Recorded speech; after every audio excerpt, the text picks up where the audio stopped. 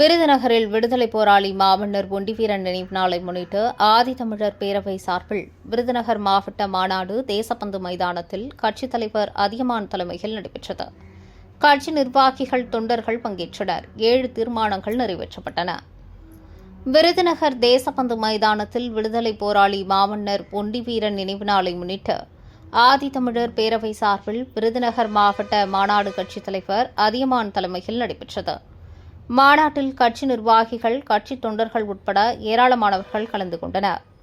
மாநாட்டில் சமூக இடஒதுக்கீட்டை உச்சநீதிமன்ற தீர்ப்பின் அடிப்படையில் வகைப்படுத்த அரசு நடவடிக்கை மேற்கொள்ள வேண்டும், விருதுநகர் மாவட்டத்தில் வீட்டுமனை இல்லாமல் வசிக்கும் அருந்ததியர்கள் மீது அரசு சிறப்பு கவனம் செலுத்தி வீடு இல்லாத அருந்ததியர் மக்களுக்கு நிலம் ஒதுக்கி வீடுகள் கட்டிக் கொடுக்க வேண்டும், கழிவுகளை அள்ளுவதற்கு மனிதர்களை ஈடுபடுத்த தடை விதிக்க வேண்டும், தூய்மை தொழிலை இயந்திரமயமாக்க வேண்டும், அதற்கு தேவையான நிதியினை மத்திய, மாநில அரசுகள் வழங்க வேண்டும் உள்ளிட்ட 7 தீர்மானங்கள் நிறைவேற்றப்பட்டன.